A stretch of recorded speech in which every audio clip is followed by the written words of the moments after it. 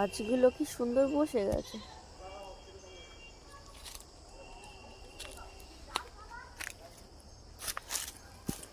এটা কি গাছ, দোপাটি?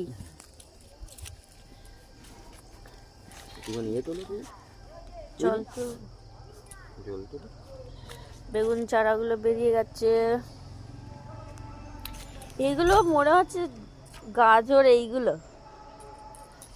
কচি কচি পাতা হয়ে বেরিয়েছে। তলায় হয় সানি, তলায় তো সবই হবে। এইগুলো পালং বোধহয়। আর ওই সাইডে ধনে আছে, ধনে গাছ।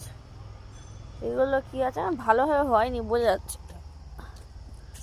আমাদের বাগান বাড়ি ছোট্ট, এই ফুল